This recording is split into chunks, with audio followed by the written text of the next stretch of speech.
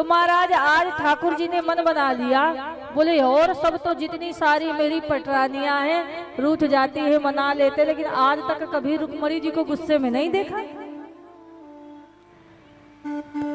पहुंच गए और ऐसे मुंह बना लिया और बैठ गए। माता रुक्मणी जी आई, ठाकुर जी को देखा कि ठाकुर जी थोड़ा गुस्से में दिख रहे, हवा करती जा रही। प्रभु क्या हमसे कोई गलती हो गई, अपराध हो गया, आज आप गुस्से में नजर आ रहे हैं, क्या हो गया? क्या हमारी सेवा करने में कोई त्रुटि हो गई, कोई गलती हो गई तो बताएं। ठाकुर जी ने कहा गलती? अरे इतनी बड़ी गलती कर दिया है, क्या बताएं, कहां तक बताएं? महाराज कौन सी गलती कर दी? बोले एक बात बताओ, सबसे बड़ी गलती तो ये कि तुमने हमसे विवाह क्यों किया। बोले महाराज ये कौन सी गलती हुई? बोले ये बताओ आपने हमसे विवाह क्यों किया? अच्छा अब समझ में आया, आप हमसे इसलिए विवाह किए हैं कि हम कोई राजा के बेटे हैं। तो देवी जी साफ साफ बता दे, हम कोई राजा के बेटे नहीं हैं। हम ना हमारे माता पिता का पता कोई कह देता है देवकी नंदन, कोई कह देता है वसुदेव नंदन। हाँ? फिर भी आपने विवाह किया, एक नजर देख ले क्रोध आया कि नहीं आया? तो कोई क्रोध नहीं।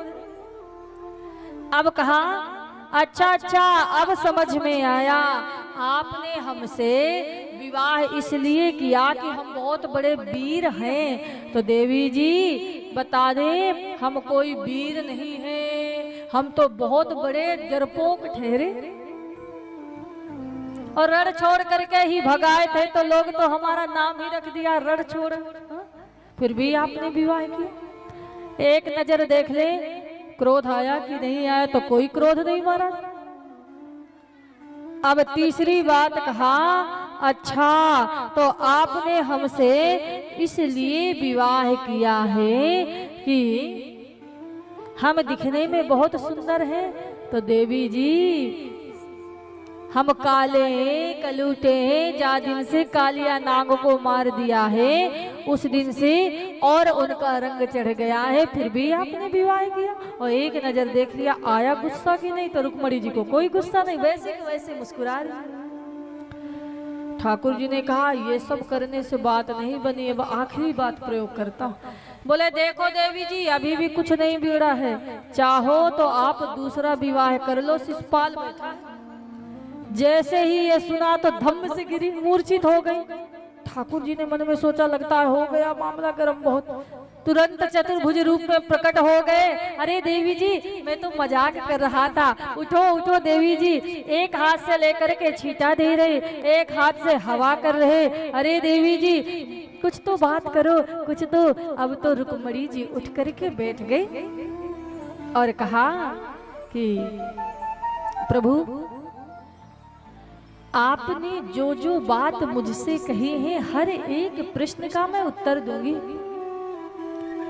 आपने कहा तुम्हारा मेरा कोई मेल नहीं है, फिर भी विवाह किया। तो आपको बता दे मैं तो एक प्रकृति से अबद्ध एक नारी हूँ और आप हैं पुराण पुरुषोत्तम। ये तो मेरा सौभाग्य है कि आपने मुझको स्वीकार कर लिया। आपने कहा कि मैं विवाह किया। अरे महाराज मेरा एक नजर देखना किसी बंदगी से कम नहीं, करो मेरा शुक्रिया मेहरबान, तुझे दिल में हमने बसा लिया। आप इस तरह से होश उड़ाया न कीजिए और यूं बन संवर के सामने आया न कीजिए, यूं बन संवर के सामने आया न कीजिए। काली काली अलकों के फंदे की डाली, हमें जिंदा रहने दे ऐ मुरीली वाले, हमें जिंदा रहने दे ऐ मुरीली वाले, हमें जिंदा रहने दे ऐ मुरीली वाले।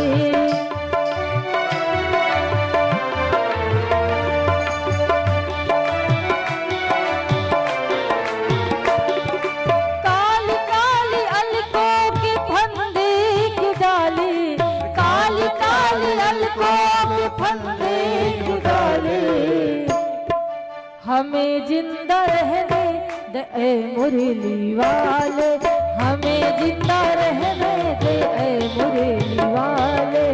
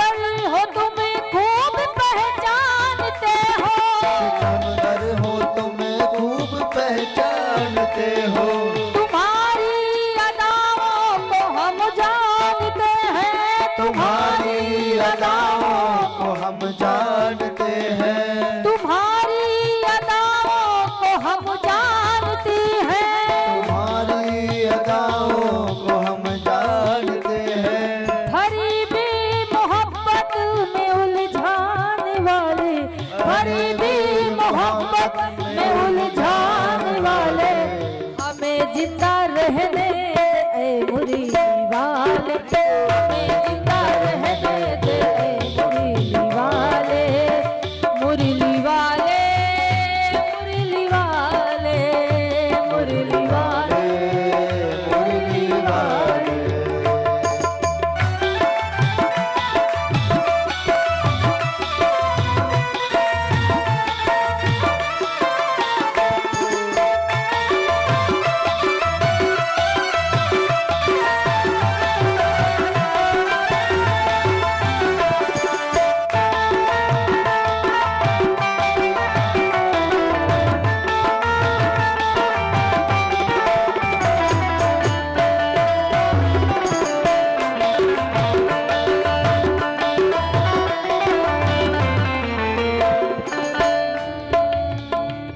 ये रंगीन नैना तुम्हीं को मुबारक, रंगीन नैना तुम्हीं को मुबारक, ये मीठ मीठ बैना तुम्हीं को मुबारक, ये मीठ मीठ बैना तुम्हीं को मुबारक, ये मीठ मीठ बैना तुम्हीं को मुबारक, मीठ मीठ बैना तुम्हीं को मुबारक। हमारी हमारी तरफ से निगाहें हटा ले, हमें जिंदा रहने दे ऐ मुरली वाले, हमें जिंदा रहने दे ऐ मुरली वाले, हमें जिंदा रहने दे ऐ मुरली वाले, हमें जिंदा रहने दे ऐ मुरली वाले। बोलिए बांके बिहारी लाल की, एक बार जोर से बोलिए ना राधी राधी, और जोर से राधी राधी। महाराज आज बड़ी प्यारी बात कही रुक्मणी जी ने ठाकुर जी से। बोले प्रभु ये काले रंग ने ही दुनिया को ऐसा दीवाना कर दिया है कि लोग बावले बने हुए बैठे हैं, आपकी कथाओं पर डूब गए हैं, झूम रहे। यदि प्रभु गोरे होते तो क्या होता? हा? इस काले रंग ने ही दुनिया को इतना दीवाना कर दिया है। यदि नंदलाला तुम होते ललित तो गली कट जाते करोड़न के। हा? शुक्र है लाला हो, और ऐसा जादू डाला है, ऐसा जादू डाला है कि सारे आपके इस जादू में, इस मोहिनी रूप में मोहित हो गए। जीवन में 3 बातें यदि आपने उतार लिया अपने, तो ठाकुर जी की भक्ति मिल जाएगी, भगवान प्रसन्न हो जाएंगे। कौन सी? बोले महाराज, जब आप पूजन करने के लिए बैठो, माला जोली हाथ में लिए बैठे हो, जाप कर रहे हो, और आपके जाप में, आपकी पुकार में वो तड़प हो, आंख से अश्रु की धारा निकलने लगे महाराज, और ऐसी तड़प हो भगवान को पाने के लिए, भगवान के लिए जब आंसू निकलेंगे ना माला जाप करते हुए, तो उसी समय साक्षात ठाकुर जी महाराज की कृपा हो जाएगी, और कोई ना कोई ऐसा प्रभु आपके सामने दृष्ट कर देंगे कि महाराज उनकी कृपा हो जाएगी, भगवान प्रकट हो जाते हैं। लेकिन वो पुकार होनी चाहिए मीरा की तरह, वो पुकार होनी चाहिए गोपियों की तरह, जीव की प्रति दया होनी चाहिए। दूसरी बात, कोई भी जीव हो, आप ये सोचो कि यदि आपको थोड़ा सा चोट लग जाती है तो आप लोग तड़प जाते हो, और जहां पर छोटे छोटे जीवों को लोग मार करके खाते हैं, सोचो कि उनके दिल से उनको कैसा लगता होगा। महाराज, हर प्राणी के ऊपर, हर जीव के ऊपर दया रखनी है, दया होनी चाहिए।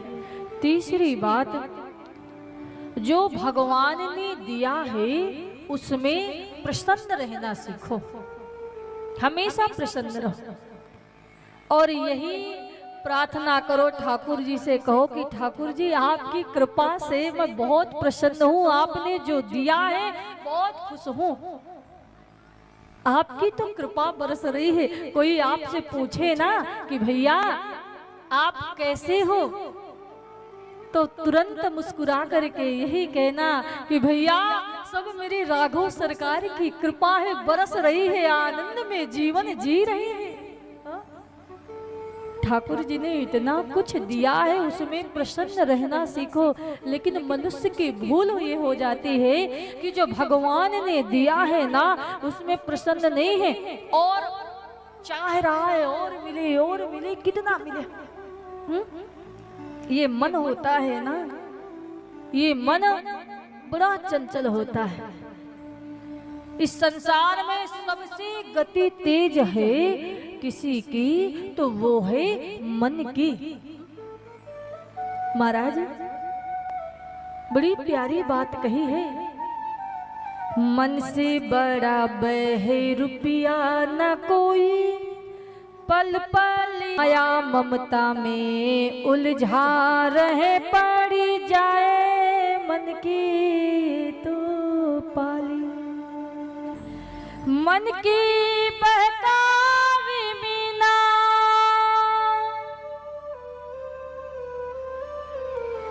मन की बहकावी मीना, मन राह दिखाए भ्रम में डाले, मन से बड़ा बहे रुपया न कोई, पल पल रचता स्वांग निराले। मन से बड़ा बहे रुपया न कोई, पल पल रचता स्वांग निराले।